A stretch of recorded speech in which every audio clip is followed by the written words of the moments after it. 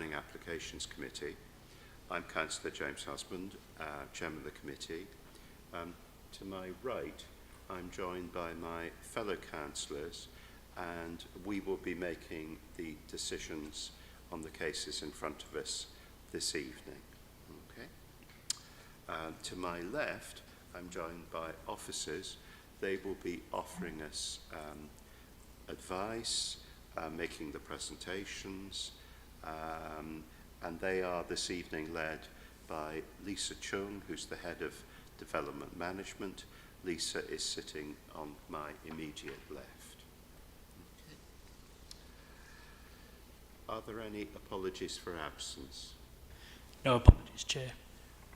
Thank you. I think we're expecting a final panel member to join us soon, but with 4 of us present, we are quorate, so we can begin the meeting. Are there any declarations of interest?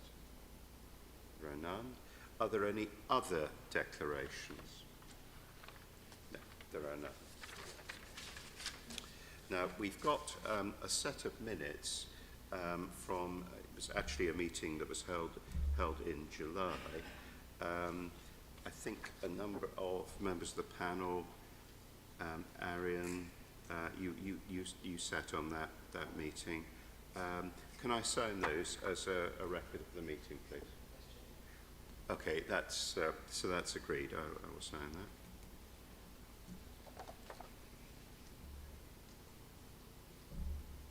Thank you very much.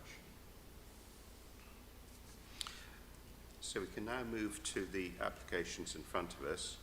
I think it might be helpful if I explain the order in which we're going to consider these. In a few moments, we'll consider the application in St Luke Street in Chelsea, then Norland Place, Edward Square. Now, the applications in Lansdowne Crescent have been withdrawn, so if you're interested in those, whether here or watching online, those have been withdrawn. We will then move on to Kingsgate House in the King's Road, Westbourne Studios, Bevington School, Pond House, and then finally there are 4 applications that relate to properties owned by the council in Phil Beach Gardens. So that's going to be our running order. I will say in advance, if you're interested in something that's down the order, I'm going to apologise immediately because it might be a little while before we get to the matter that you're actually interested in. Okay, well, with that having been said, I think we can probably move to the first application, which is 9 St Luke Street, and I think Fiona Ray, you're going to introduce that. So please, Fiona, you go ahead when you're ready. Thank you, Chairman. Just firstly, draw members' attention to the addendum report and the edits to the report. I'd also like to verbally recommend a condition is added that secures brickwork and materials to match unless otherwise identified on the drawings. Turning to the application itself, it's for a new mansard roof extension, a lower ground floor rear extension, the demolition and rebuild of the closet wing to increase the height and have all the floor levels the same, and also some plant set within the vaults. So the application site is in the Chelsea Conservation Area. These aerial images I think are really helpful because in the report we explain that it's the sort of last remaining original butterfly roof in the group, and that can be seen from this photograph.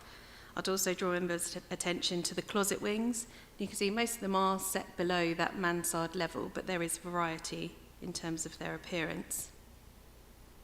There's an aerial image from the front of the property, again showing that butterfly roof, and some helpful site photographs for context showing the front, rear and closet wing to be demolished. Some other images. Site photos looking to 8 St Luke Street towards number 10 and towards the rear. Now, these are the existing elevations of the property, and here are the proposed. You can see that new mansard level, that closet wing that no longer has that half landing appearance as it's been raised, the lower ground floor extension, and also the opening at ground floor level, that glass opening with the roof that I'll show in a section drawing. I will go through the floor plans quickly as they are in members' packs and just highlight to you in this section drawing. This is the kind of covered roof that goes towards the rear, and the rebuild of that closet wing and the mansard roof. The plant is located in this area to the front light wells. Officers are recommending approval for the application, and that concludes my presentation. Thank you, Chairman. Okay, thank you very much indeed. Now, I think we have speakers for this application.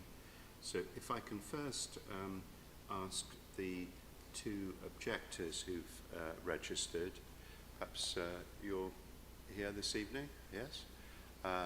So if I can ask you please to just briefly introduce yourself, and then you'll have up to 3 minutes between you to make your objection. So please go ahead when you're ready.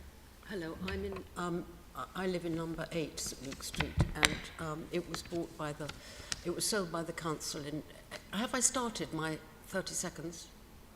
Well, shortly, once you've introduced yourself. That's what I thought. Can I introduce myself first? Yes, of Can I course. just give you a Of resume? course you can. I'm Helen de Bourgrave. I lived in number 8. Yeah, okay. And when the council sold number 8 to number 9, to Bones, who lived in number 9, they knocked the wall down, the garden wall, and they built the closet wing a foot into my garden, which is 1/10 of the area.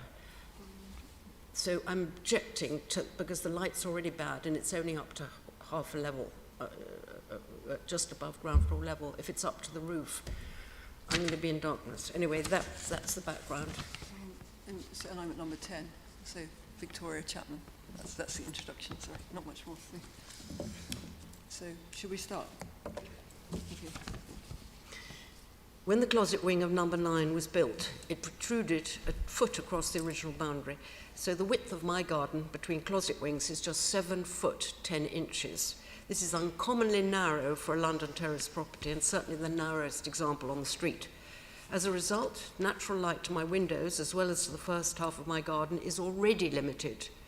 While roof extensions on the street are common, the proposed design is not, as both proposed extensions on the main roof and the closet wing are vertical, not sloped, as is normally a basic conservation area requirement. All other properties on the street, with the exception of those at the end, have a sloped mansard design, even the most recent additions.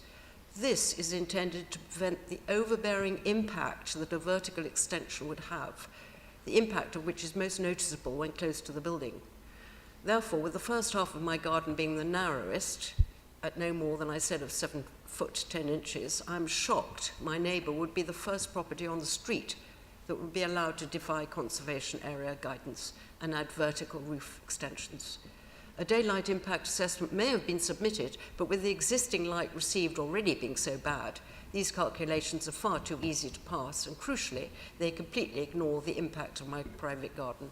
This in development breaches Conservation Area Policy C35, as it's not in keeping with Chelsea Conservation, and it's far too modern compared with other developments. It will certainly not safeguard my living conditions of number 8.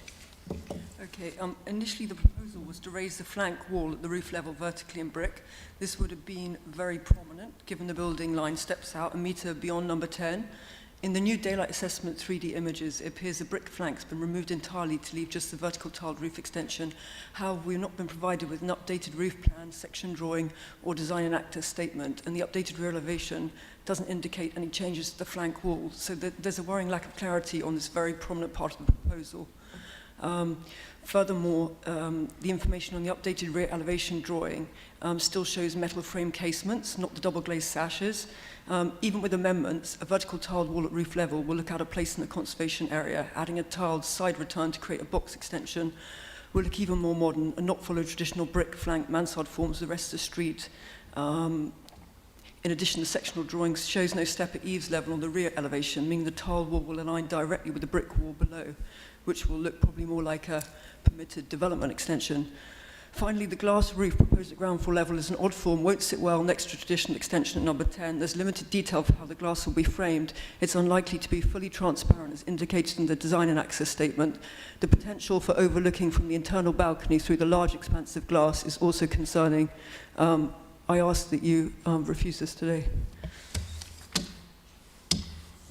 Okay, thank you very much indeed. If you switch both your microphones off. Yeah. You just hit the button below the red light. Sorry. No, that's right. Thank you. That's great. And I think we're also joined by the architect and a consultant. So please, when you're ready, if perhaps you introduce yourselves, and similarly, you've got up to 3 minutes too. Yes, good evening, Chair and officers and members. Thank you for your time tonight. My name is Jackie Andrews. I'm from Howard Sharp & Partners. I'm a planning consultant acting for the applicant, and I have the applicant's architect here as well in case there are any questions. Thank you. Hello, my name is Vasiliki Simeoni. Hello. No. Switch. Oh, sorry. Hello, my name is Vasiliki Simeonidou, and I work for Needle to Seiko Architects, and I'm the architect of this proposal. So this household proposal comes before you with an officer recommendation for approval subject to appropriate conditions. The applicant has worked diligently with the council, and the positive pre-application consultation response has enabled the scheme to be promoted to you. A few local residents have raised concerns, and these are properly addressed within the officer's report. In these respects, criticism has been levied against the scheme as not being in keeping with the conservation area. This is strongly refuted. There is an eclectic form of development in St Luke's Street with different styled vertical and sloping mansards and a variety of fenestration and use of materials. The proposed mansard, discreetly set back from the frontage to avoid being principally seen from St Luke's Street, reflects similar characteristics.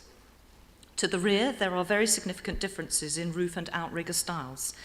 The lack of uniformity includes roof accommodation secured by high brick party and vertical elevation walls, which run flush with the main rear elevations. There are also many approved lower ground floor extensions and higher outriggers than the applicants, including at number 10 next door. Outlooks are typically similar between properties with closet wings. However, to provide reassurance over sunlight and daylight impact, a professional analysis has been commissioned, which confirms that the overall vertical sky component, daylight distribution and sunlight are acceptable and fully compliant with BRE guidelines, thereby ensuring all neighbouring amenities remain protected. These results can be applied sensibly and flexibly and are relied on by planners and inspectors on appeal. They therefore hold considerable weight. In relation to the introduction of contemporary form, there are many examples where contemporary is seen to sit comfortably against more traditional development, including number 14, which has approval for a large glazed rear extension and solar panels. The applicant's small contemporary element is limited to the rear lower ground floors with a mono-pitch glass roof with an obscured side elevation set back from its neighbour. The small internal balcony also sits substantially behind the closet wing, noting many nearby closet wings have rear windows, resulting in a far closer relationship with neighbours than the proposed development. Front vaults are used differently between properties, some as utility and plant rooms. The use of this enclosed space for plant equipment is no different and is objectively supported by the applicant's acoustic evidence. The proposal is therefore presented as responding to relevant planning policy as comprehensively set out within the officer's report and fully addressing objections raised. The scheme adopts very similar principles deemed acceptable on other dwellings in the immediate vicinity. And consistency of approach in decision-making is, of course, of paramount importance. The officer's professional views are accordingly relied on in commending this scheme to you tonight, enabling the presumption in favour of this sustainable development to be applied and planning permission granted. Thank you very much for your time. Okay, thank you very much. Colleagues, questions to either of the parties? Who'd like to go first? Will. Councillor Lane.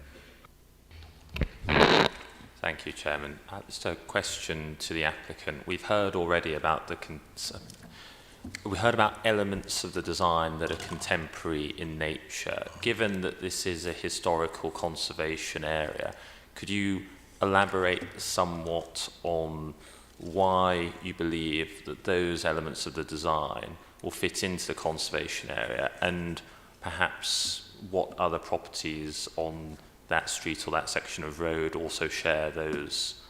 Thank you. Thank you for that question. The contemporary element is set at the rear, lower ground and ground floor, so it's discreetly set at the back.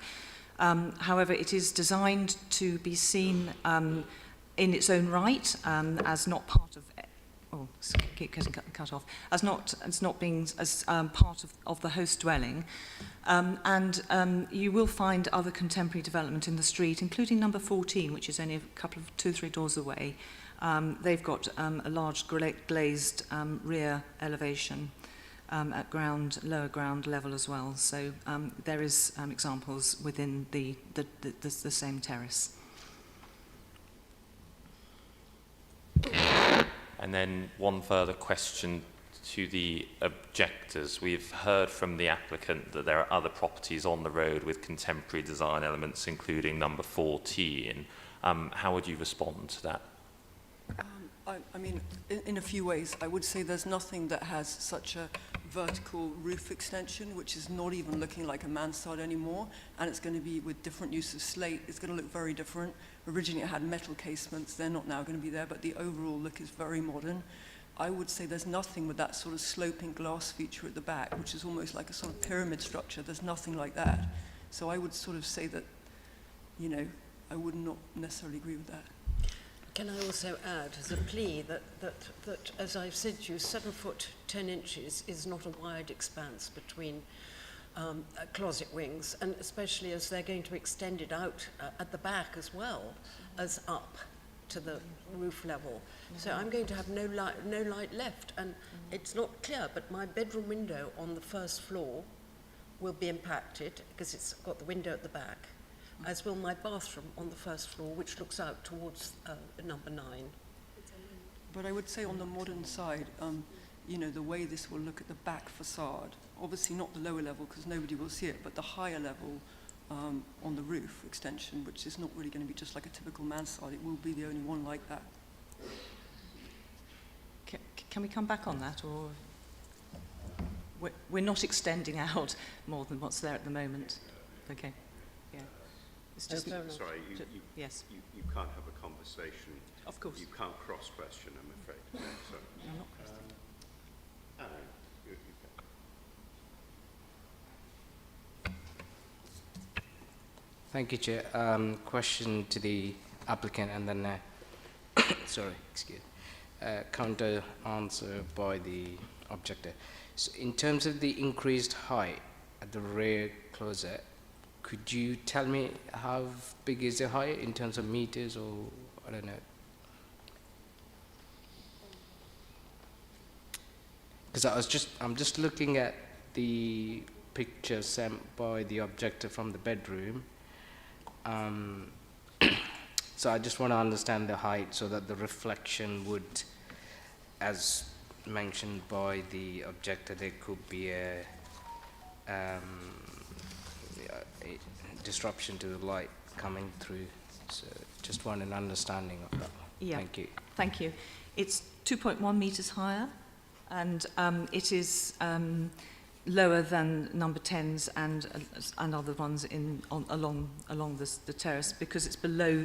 The design has been kept below the eaves.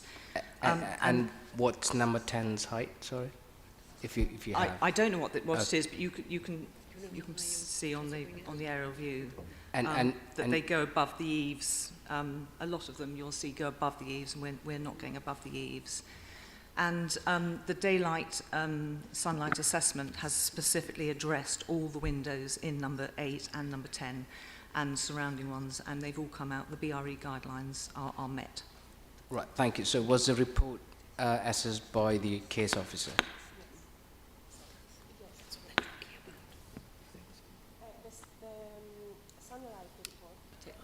The sunlight report has been assessed by the case officer.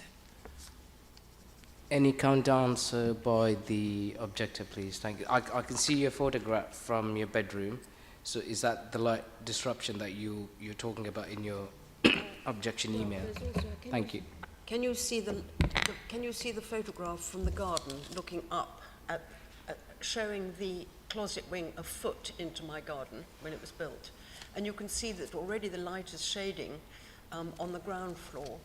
But at the moment, the light on the first floor is good in the bedroom, as you could see from that photo. The bedroom and the bathroom, those are the two windows on the first floor, is good. And they don't have any other windows in those rooms. Those are the only windows.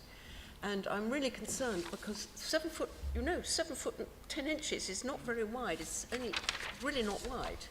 And I'm going to feel very stifled when it's going up, another 2 meters. That's a lot of light being taken. Okay, thank you very much indeed. Any other questions, anyone?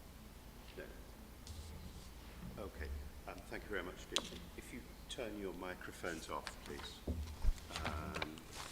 Okay, if you can turn your, thank you. So colleagues, our opportunity to talk to officers about this. Anyone like to go first? Arian, you go first. Thank you, Chair. Fiona, just want to check, is the sunlight report satisfactory based on planning terms? Thank you. Yes, thank you. The officer requested a daylight and sunlight assessment as part of the application. They thought that was important. There is one room where the vertical sky component fails, but it's very marginal in planning terms. So we've concluded that it's not material in terms of the harm that's resulting. We are looking at a context where there's existing closet wings along there, and overall, on balance, we're satisfied that the amenity impact is acceptable in terms of living conditions. So if it failed marginally, does it mean that there's a, objective view to the neighbouring property, or? Thank you. There will be a change, but whether or not that's a perceivable change is a matter of judgment, a matter of planning judgment, and officers in this case, that given how marginal the failing is, have concluded that it's acceptable. Members may come to a different view on that when considering the impact on daylight and sunlight or sense of enclosure, but that's the conclusion we've reached, that it's acceptable, and we have no reason to dispute the figures presented to us.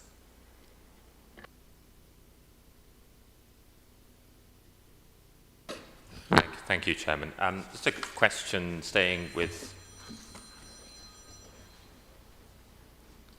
the theme of the contemporary nature of the design. We've heard a little bit about the lower ground floor and the closet wing, but in terms of the mansard itself, it does have this vertical character, and also the slate or the metal appears to be, I would say, quite a modern design compared to traditional mansard roofs that are pitched at an angle, have these smaller slates. So 2 parts of my question. A, are there any other mansards on the road with that same design?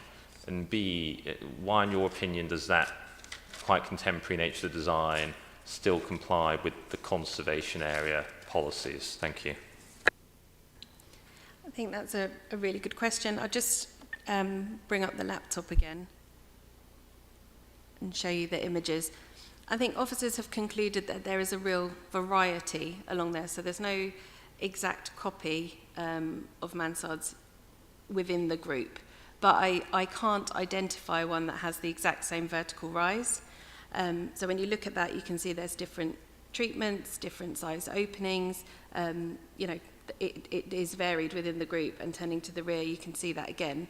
So looking at that and looking at infill in the group, we're satisfied that there's enough difference that it would still preserve the conservation area.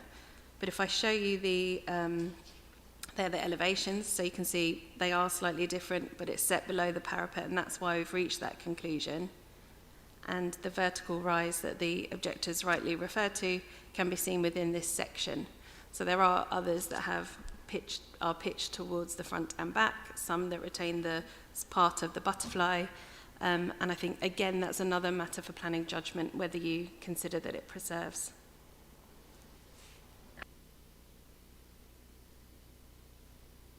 Debbie, do you want to?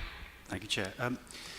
Yeah, it's the thing I'm finding a little bit difficult without having the daylight report numbers in front of me is just how to reconcile exactly that. I mean, I understand that you know we can only really work with what the the conclusions of the report. I suppose first I'd like to ask, I mean, how you would reconcile that with the objectives case and the photographs that they've provided, which I'm just finding a little bit difficult to pass. Yeah, just going to the daylight and sunlight report. So in paragraph 6.17 of the report, we talk about that, and we talk about the change to number 8 and the window it serves, and then sort of go into the planning balance there. The important thing is that it's a marginal reduction in the context of a room that has a closet wing next to it. So the one that has the impact to a single window on the VSC relates to the side profile of the closet wing. So it's considering the whole conditions at number 8 when we come to that planning judgment. So this is a property that's spread, over more than one floor. It has different points of outlook, and a reduction to one particular room wouldn't be so harmful, in our opinion, as to warrant a refusal of permission on this basis, particularly given there's closet wings either side as existing, one on the site, one next door. The pattern of the built form along the group is that there's these multi-level closet wings. So that's how you kind of pull all those factors in together and come to a judgment as to whether that minor loss would be so harmful as to affect the overall amenity of that property. I hope that helps. It does a bit, thank you. I think the difficulty is I can only think about this application because I am wondering if there's a pattern of gradually encroaching upon number 10 or any of the light of the neighbours. But I mean, I can't really think about that. So. I mean, thinking about it, you could look again at policy CL5 and all the requirements we put into that. So the importance of living conditions overall, so daylight and sunlight, sense of enclosure, noise and disturbance, all those factors, and whether this resultant built form would be in compliance or would not. We've considered on balance it is in compliance with it, despite that minor transgression. Okay, so it is fair to think of the report as having a more sort of holistic or historical kind of understanding of the encroachment of light, etc. Okay, absolutely. Thank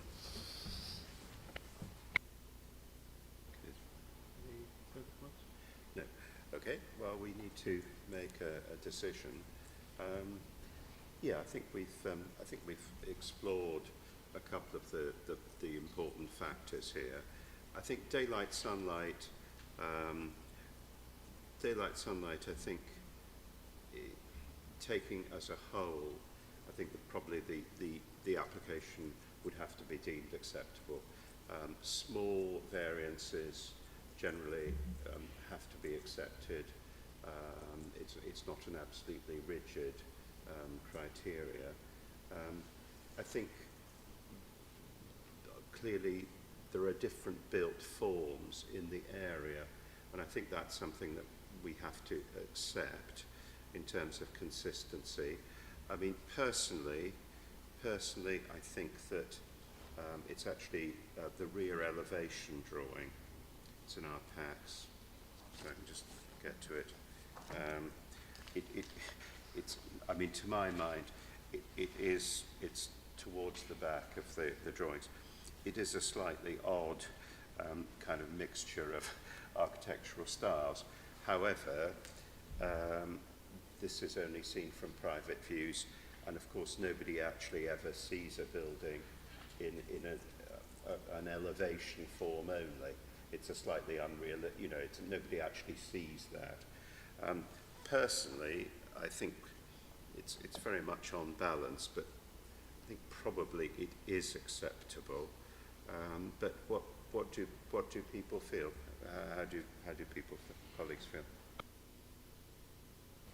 I agree with you, Chairman, that it is quite finely balanced. I think there are quite a few contemporary or modern aspects to this design. I think we must bear in mind it is a conservation area. I'm also, although conscious of the eclectic nature of the road and the variance of design, I'm not convinced that there are other designs with this many contemporary elements on the road, especially the combination of the vertical mansard and the combination of materials from which it's built. Now, I do think it's not an easy judgment, but for me it perhaps strays slightly beyond what one would expect in a conservation area. Okay, Marion or Toby?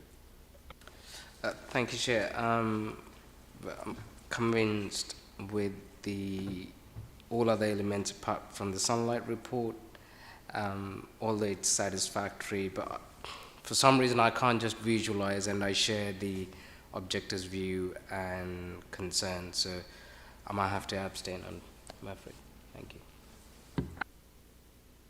Toby, what do you think about it? Thank you. I mean, really, I think, as you say, on balance, trusting the daylight report and all of that, it really comes down to what Councillor Lane was saying. It's a value judgment, or it's a balanced judgment on how you feel about conservation areas. And you know, my inclination is to go with the recommendation and approve. Okay. Well, in that case, I think we should probably put the recommendation to the vote and see where we go. So the recommendation is to grant permission, obviously with the conditions set out in the report. Can I see those in favour of the recommendation, please? Can I see those against? Any abstentions? Okay, so the recommendation to grant is carried by 2 votes to 1, with Councillor Oretti abstaining. Okay, thank you very much indeed. Thank you very much.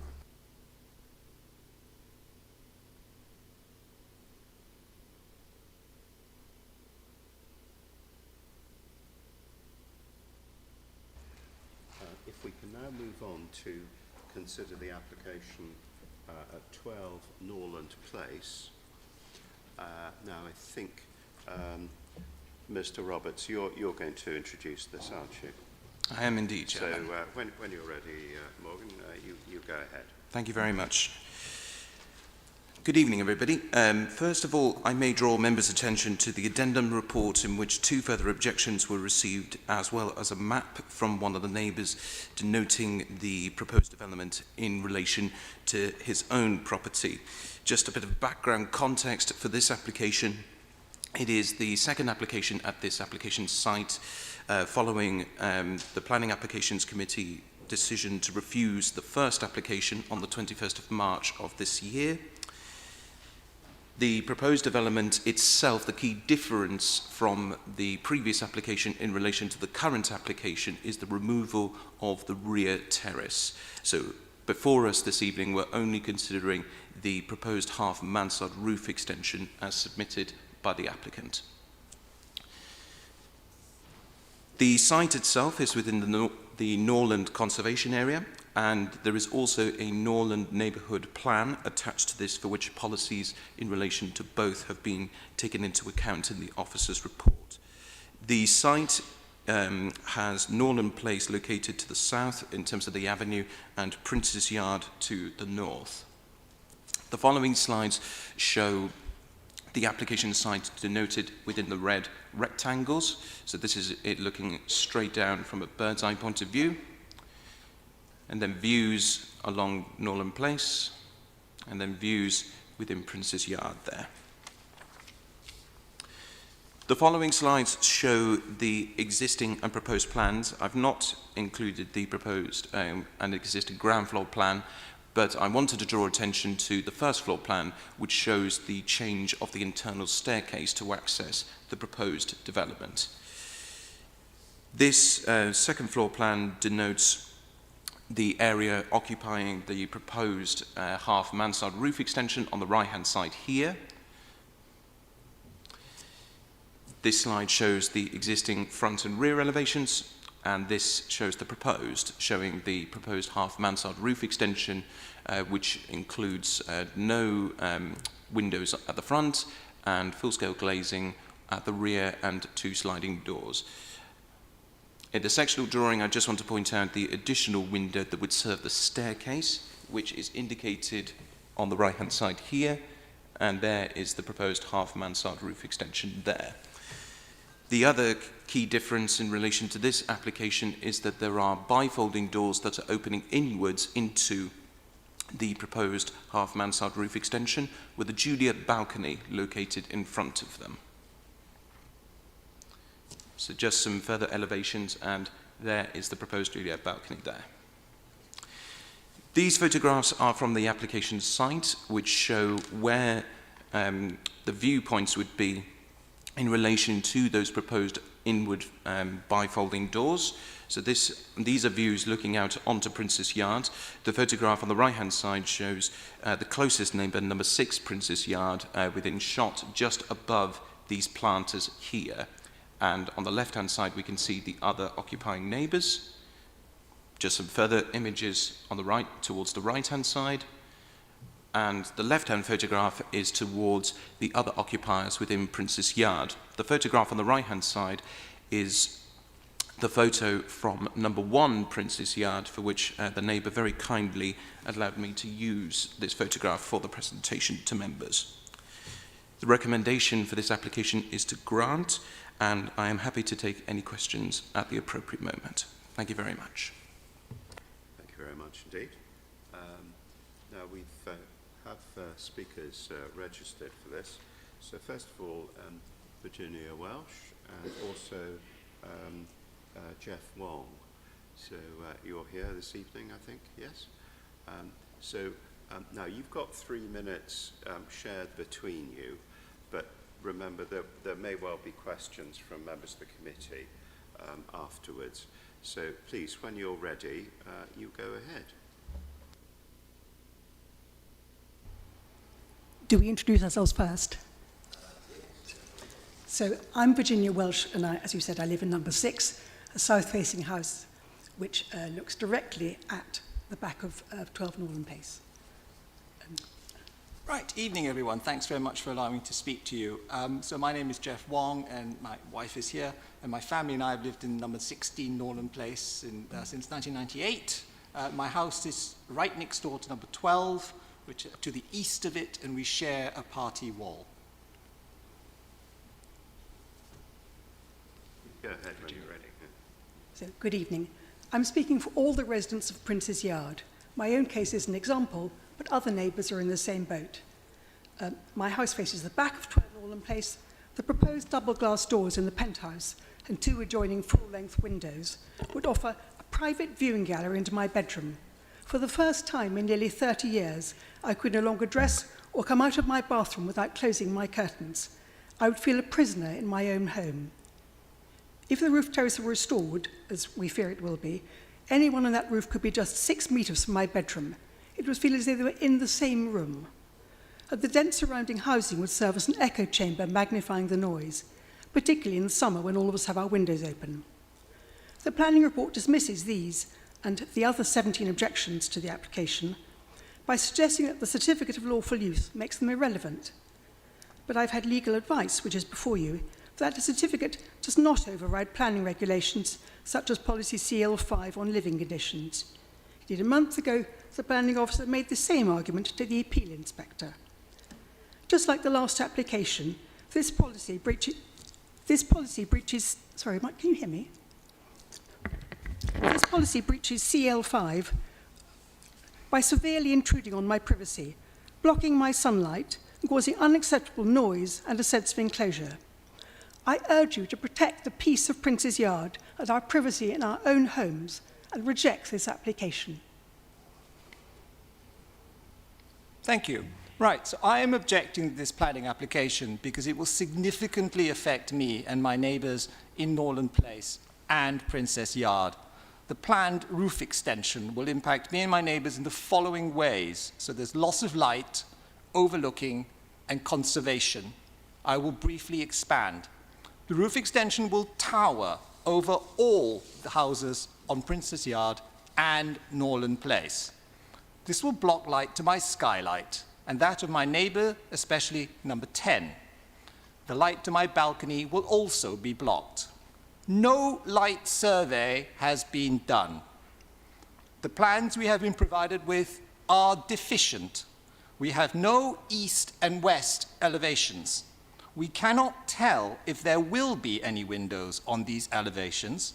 If they are present, then we and number 10 will be significantly overlooked, as will some of the houses in Princess Yard.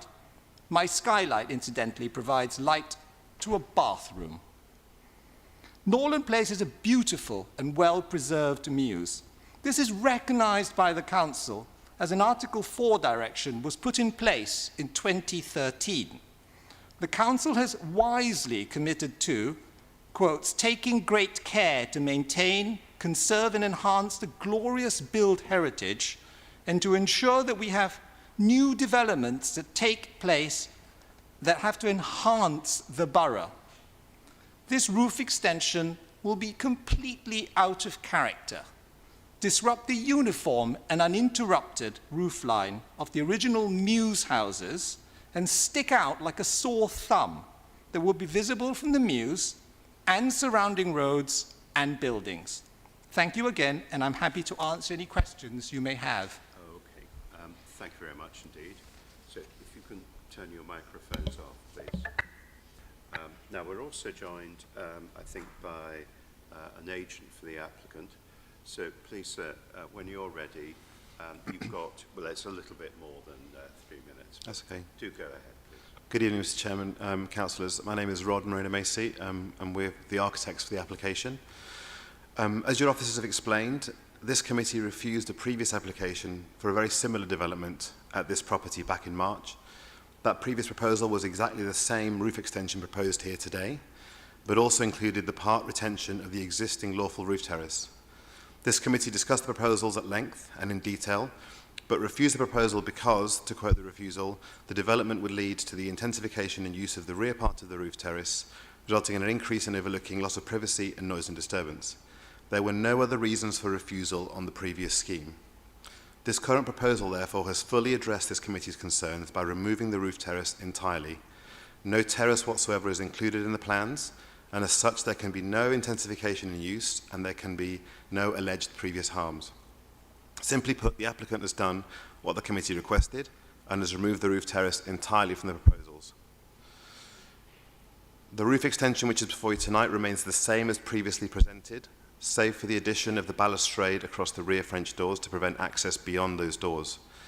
As officers have confirmed both in March and tonight, the roof addition does not result in harm to the amenity of surrounding residents. It also preserves the character and appearance of the conservation area in accordance with the relevant planning policies. Full consideration of the roof addition element from the earlier proposal was made by this committee, and no formal objections in respect to amenity, street scene, character, or appearance to the conservation area were made at that time. Officers highlight in their report that the design will actually serve to unite the terrace on Norland Place. There have been no material changes on the site circumstances or planning policy since the consideration of the earlier proposal. The removal of the roof terrace has overcome the only reason for refusal, and as such this current proposal should be supported. We hope you're in agreement with the recommendation of your officers to approve the application tonight. Thank you. Thank you Colleagues, questions? Arian, you want to go first? Thank you, Chairman. Question to the applicant's agent, Mr. Massey, yeah? Is that right? Sorry. It's the first question. So the roof terrace have been changed now. There's no roof terrace, so there's only habitual room at the top where people essentially use that as a bedroom or a hall. Is that correct? So there is an existing lawful roof terrace there at the moment, which spans the entire footprint of the roof. This application seeks to remove that roof terrace entirely, and then the enclosed space is additional amenity space. It's not actually a bedroom; it's amenity space. So essentially, they can't overlook from inside, apart from the view that you can look through the window or the glass. Exactly, and I think there is a photograph that came up on the screen that shows when the officers were on the roof terrace, that shows the very, very limited views out from that window to the neighbours' windows. Thank you. Just a follow-up question, Chairman, to the objectors. I believe some of you objections were from number 6 on the same side, which I believe is the south side. Could you tell me how that would, that would be problematic in terms of privacy? Because obviously there's no terrace, so no one can actually come out and look apart from through the windows. Thank you. Yes, I would like to answer that. Thank you very much. It's actually not the case that there is no terrace. The part that is not part of the penthouse flat is actually supposed to be a sedum roof, it's kind of fleshy plants, which need a lot of maintenance. I mean, something called the Sedum Green Roof Company recommends monthly checks, weeding, fertilising in the spring, clearing leaves and moss in the autumn, and during a heat wave, frequent light watering is essential. If indeed this Juliet balcony prevents access to the roof, how on earth is that maintenance going to take place?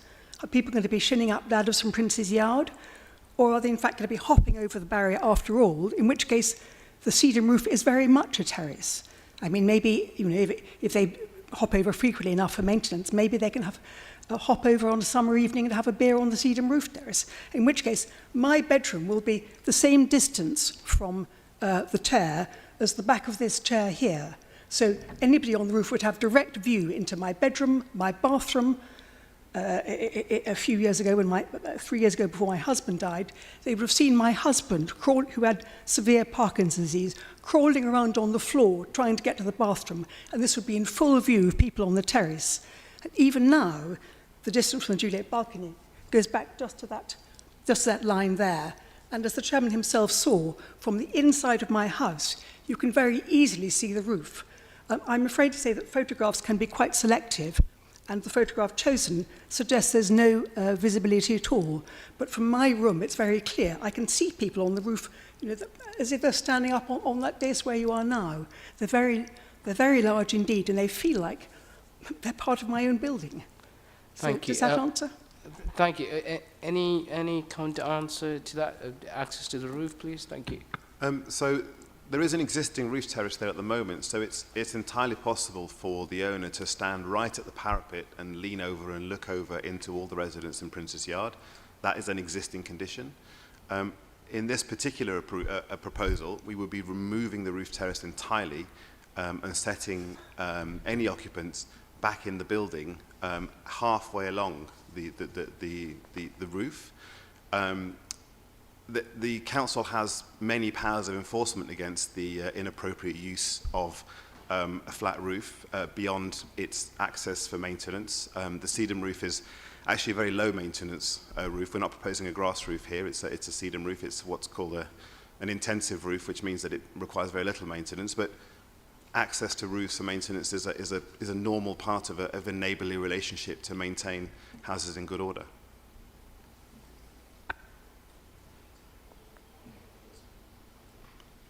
Thank you, Chairman. One question to the applicant's agent and then question to the objector. So the applicant's agent, we heard from the objectors that the development would tower over other buildings on the road and disrupt the roof line. Is that correct? And if not, why not? So from the front, from Norland Place, the slope of the roof replicates its neighbour on the right-hand side, which is already sort of a more modern building with a large mansard roof. But to the rear, obviously, where the mansard is truncated for a window, it is set well back from the elevation at Princess Yard. It actually aligns with the original sort of rear elevation of Norland Place. The heights are relatively modest, providing modest 2.4 metre accommodation internally. And again, because of that setback from the rear of Princess Yard, and because of the size of Norland Place, the views of the extension at roof level are incredibly limited. Thank you. And then a brief question for the objector. We heard from the applicant's agent that the council has lots of powers of enforcement in relation to people using the cedar roof. Does that reassure you? And if not, why not? I'm afraid it doesn't reassure me in the slightest. I mean, I can't be telephoning the council every evening if somebody's having a beer on the roof.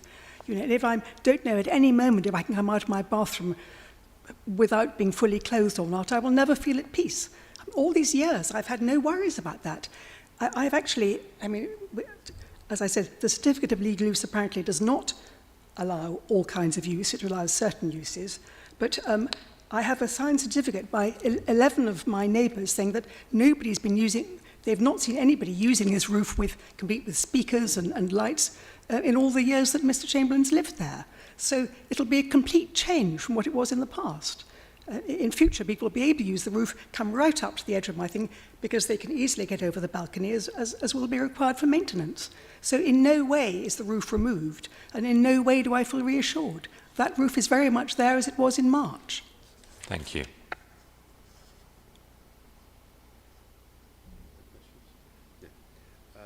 Actually, I've just got a final question. This is really for the agent. Tommy, I did actually visit. I visited the objectors, one of the objectors' properties, and I'm just trying to place myself at the rear of the applicant's site.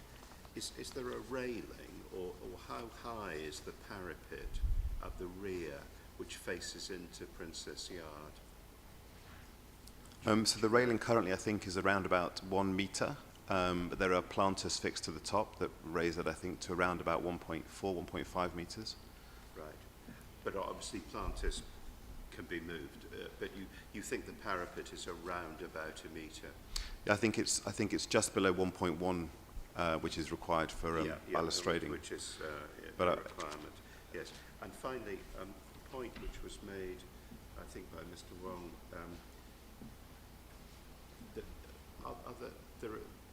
I can't see the elevations, not all of the elevations seem to be in our pack, but there aren't windows in the side elevations of the proposal. Is that right? Can you confirm that? No, I can confirm there are no windows in the side elevation. This is the same proposal that was seen in March and deemed acceptable. All right. Okay. All right. Well, thank you very much indeed. Well, thank you everyone. If you can turn your microphone off as well, please.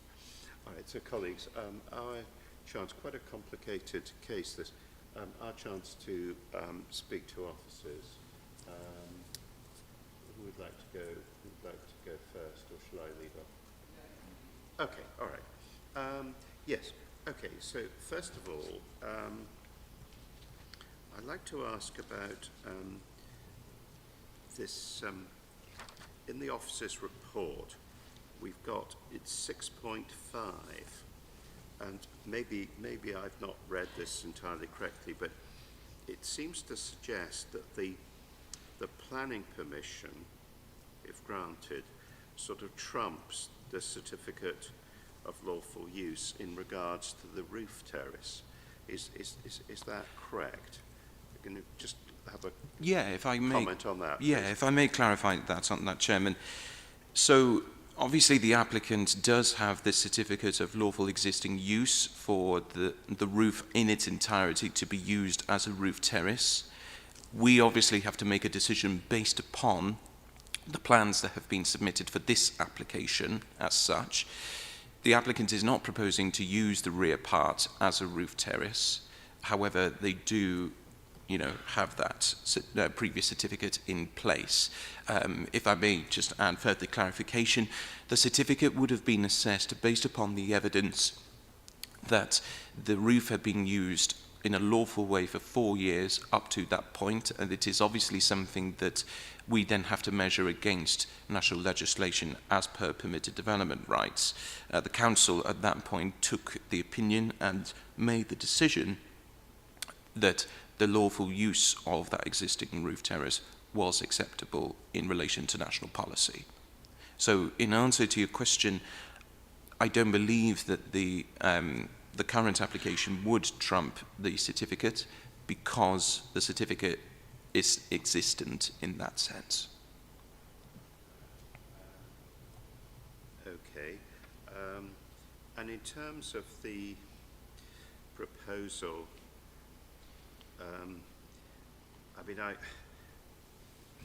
my own view is that having visited the area, I mean the roof the roof, the flat roof of 12 Norland Place as it stands clearly is something of a viewing platform for neighbouring properties in a way that I would have thought would normally be considered unacceptable. However, and this is the other side of the however. On the one hand, first of all, what you just said about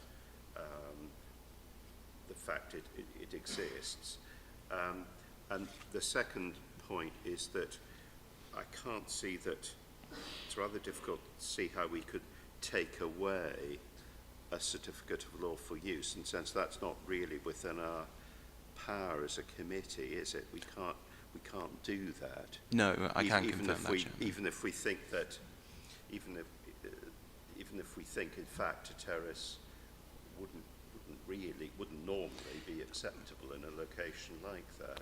Do you want to comment, and then maybe other officers might choose to join in the discussion? Yes, I would like to invite our legal representative to take a view on it after my concluding statement on that question. But essentially, we have to base our assessments upon applications depending on the type of application that is submitted. And obviously, given that the application in 2022 was a certificate of lawful existing use, which is in relation to national policies, the council at that point confirmed that it was of lawful use and therefore granted the certificate in that sense.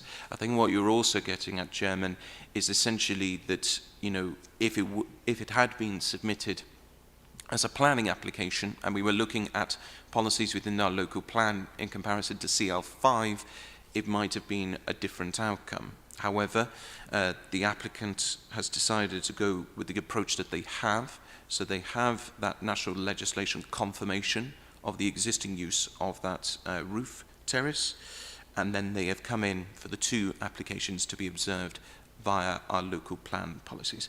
If I may, just ask the legal representative to come in on the point as well. Oops. Okay, thank you. Yeah, there's not a lot else I can add to that. The certificate of lawful use was granted back in September 2022, and it basically said that the use of the main roof as a terrace was lawful, and that was subject to a legal test. There was 4 years use prior to the date of the application. It was a legal test. There was no consideration of the planning merits, but the point is that the certificate exists as of today. It wasn't challenged. It's there. So that is a fact. It's not something that you can just take away because it exists. It's a legal test. It's all been done and dusted last year. So that's in existence. So, for example, you can't just condition it away. But the point is, for this application, there's no roof terrace anyway. It's not part of this application. So another reason why it wouldn't be reasonable to try to condition away a certificate of lawful use. Presumably that's on the basis that the description of the development makes no reference to a roof terrace. Correct. So, and clearly, colleagues, as we know, we can't change the description of a development. Okay, all right. Right, thank you very much. Colleagues, Arian, would you like to ask a question? Yes, Officer Morgan. Is there an expiry for the certificate? Or no, there's no expiry as such? No, there isn't an expiry date for the certificate, no. Unlike a planning permission in which, if it were to be granted, there would be 3 years for the applicant to implement that decision for a brand new development. Just as would be recommended for this application, should you agree with the recommendation, that condition would be included, but for the certificate there isn't an expiry in that sense. Yeah, just to understand, just for the benefit of the audience, if you say in entirety, it means that they can legally stay there. I mean, in terms of using the roof terrace, they can actually stay there. Correct, yes. Yeah. They can use that rear part as a roof terrace as it stands. Obviously, like it has been reiterated a few times, we have to base our assessment based upon the plans before us. So obviously we have to look at that in seldom. Obviously, you know, we of course note planning history, and we do give considerable weight and measurement within our assessment of the application. However, we have to look at the plans based submitted before us.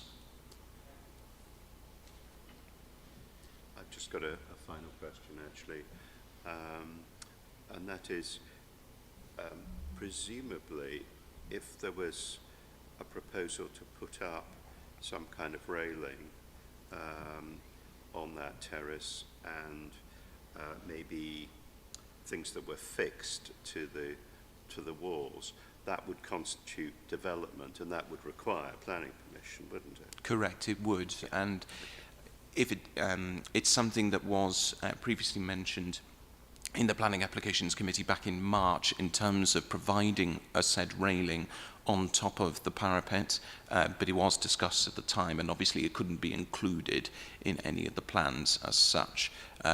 Anything with that would have to come in with a variation of permission application or a brand new application to assess that. Okay, thank you.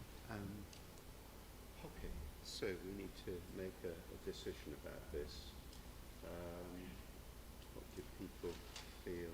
Some ways a rather unsatisfactory state of affairs, I think, in a way, because sort of distinctly underwhelmed about what's proposed, but I'm struggling really to see how the proposal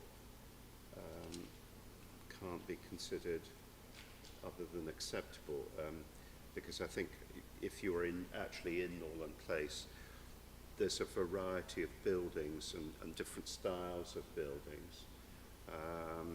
So I think the previous committee, you know, they did not refuse it on the basis of an impact on the conservation area, for example. You see, so I think we're in quite a difficult position. Are there any comments that anyone would like to make? Otherwise, we'll have to move to a vote, I think. Anyway? I think, Chairman, I think the understanding of the application is a little bit harder, just because of the structure of it. So I think that's where the confusion. Thank you. Yes, I agree with the comments just made. It's, I think, especially bearing in mind the previous permissions granted to use the terrace, it is, when considered in the round, quite complex. I still do have some concerns about the residents' privacy. I think specifically in relation to the skylights. We have had some reassurance about council's power of enforcement in relation to people using the cedar roof as a terrace, although I do hear what the objector says. It's obviously practical difficulties in terms of enforcing that. So it is quite difficult, because I think, like you, Chairman, it's searching for a proper reason in planning terms, but on the face of it, I'm struggling to find one. Thank you for those comments. So, maybe regrettably, I think I have to say I have to put the recommendation with the conditions attached in the report to the vote. Can I see those in favour, please? Okay, so that is agreed. Thank you very much indeed, everyone. Thank you.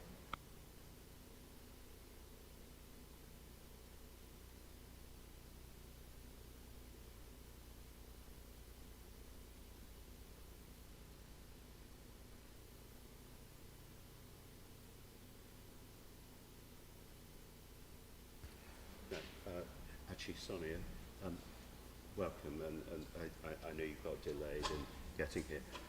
I think I just need to ask you quickly, do you have any declarations of interest?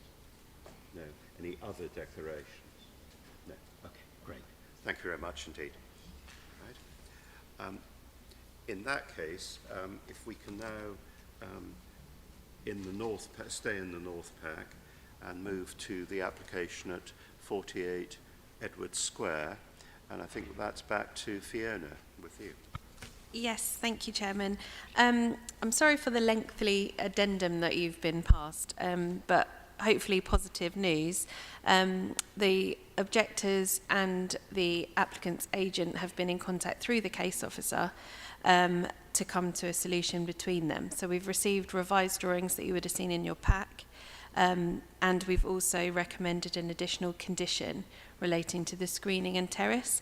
And as a result of those discussions and that kind of positive relationship, the objections have been withdrawn, providing it's based on those plans with that condition.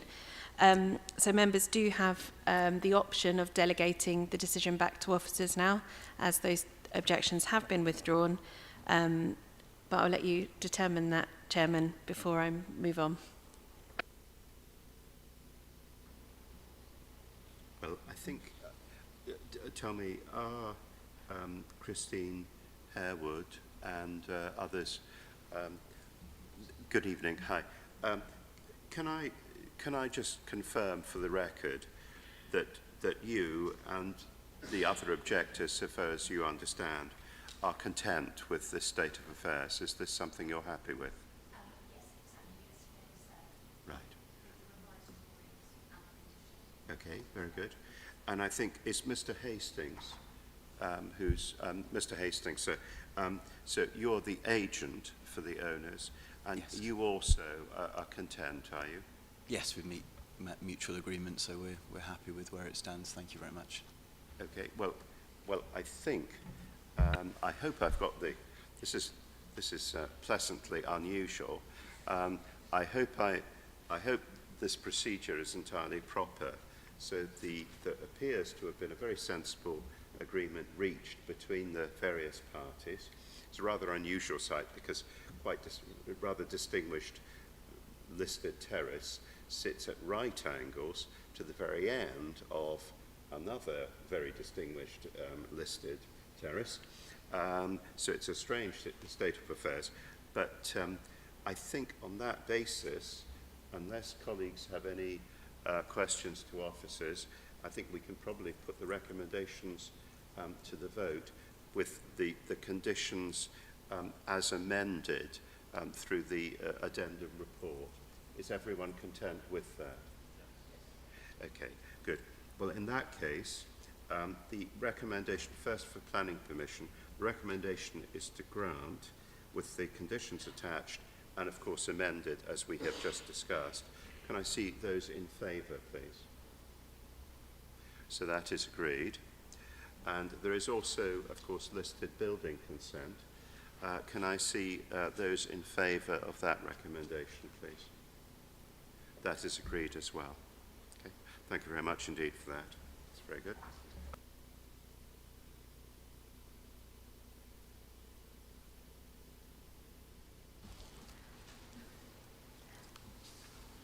Thank you. Now, the application at 29 Lansdowne Crescent is withdrawn.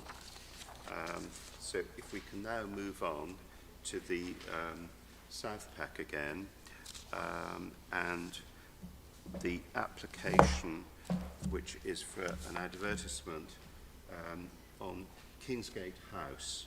And Fiona, I think you're going to do that, aren't you? Yeah, so just draw members' attention to the addendum report, because we've suggested an amendment to Condition 8, just purely for clarity, to refer to Kings Road and where the advert faces onto. But officers recommending approval. I have an image for you. We have no objections. Thank you, Chairman. Are there any questions about this? No. Okay, in that case, I think we can probably move directly to a vote. So, is the advertising consent, is that agreed? Can I see those in favour, please? Those against? Are you abstaining, Toby?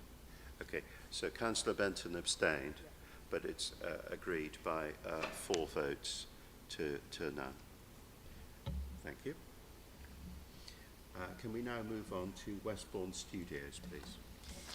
Yes, thank you, Chairman. This application's before you because RBKC has an interest in the land, as I understand it. So officers, again, recommending approval, and it's for the replacement of these doors with those details in your pack. Thank you, Chairman. Okay. Are there any questions relating to this? No? Okay. In that case, I think I can put that to the vote. Can I see those in favour of the recommendation, please? That is agreed. Thank you.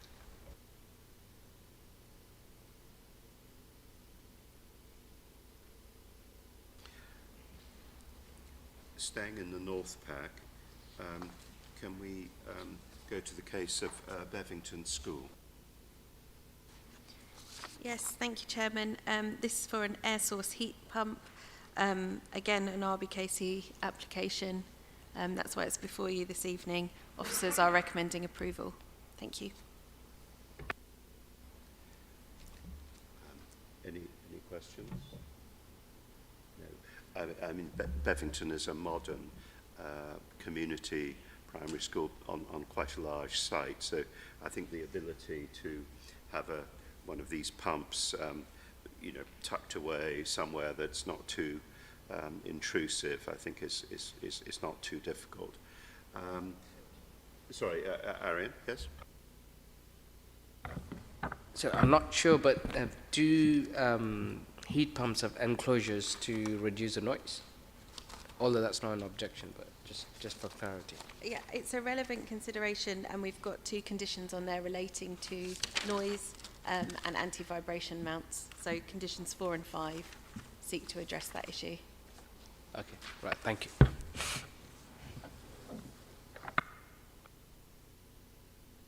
Very good. So I think we can put this to the vote. Can I see those in favour of granting permission with those conditions attached? So that is agreed. Thank you.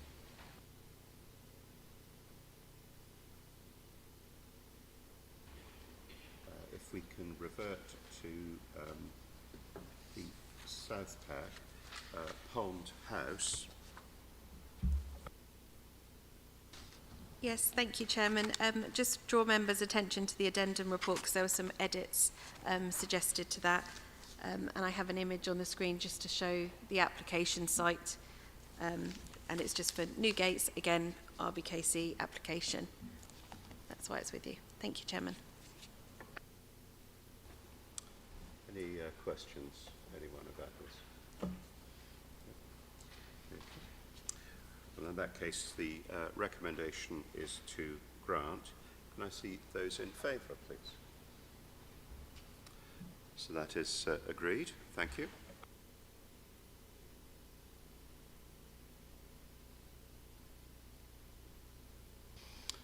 Now, if we turn to the applications, the first of the applications in Phil Beach Gardens, number 62, first of all. Yes, thank you, Chairman. This is for the replacement of windows and doors at the property as detailed again in the pack. We've started with 62 in the running order because we did receive one representation.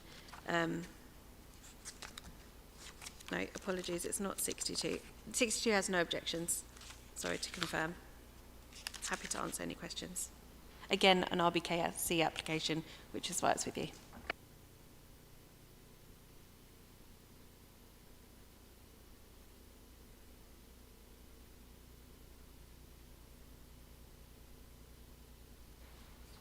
Okay, so for number 62, recommendation is to grant, and I think it's been clarified that by secondary door we actually mean the basement doors, and I think that's true of actually all of the Phil Beach Gardens applications that are on the agenda.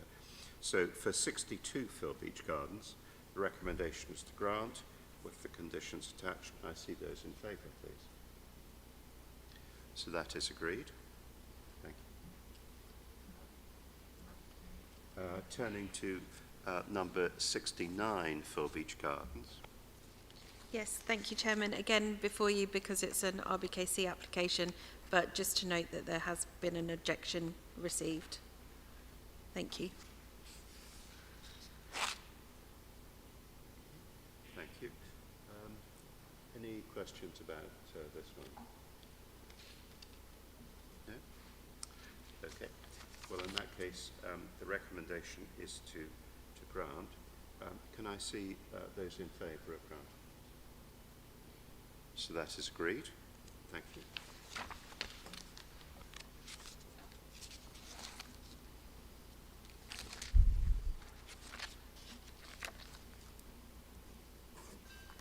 Can we now turn to 47 Phil Beach Gardens, please?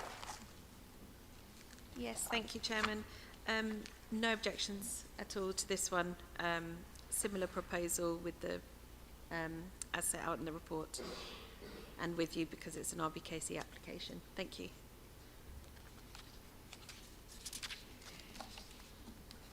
Okay, thank you. The recommendation here is to grant with the conditions attached. Can I see those in favour, please? So that is agreed. Thank you. And finally, the application at 70 Phil Beach Gardens. Yes, thank you, Chairman. Again, just to repeat myself, that it's an RBKC application that's before you, but there is one objection on this one, summarised in detail in the report. Any questions relating to this? Okay, in that case, the recommendation is to grant. Can I see those in favour, please? So that is agreed as well. Very good. Well, thank you very much indeed, everyone, and good evening.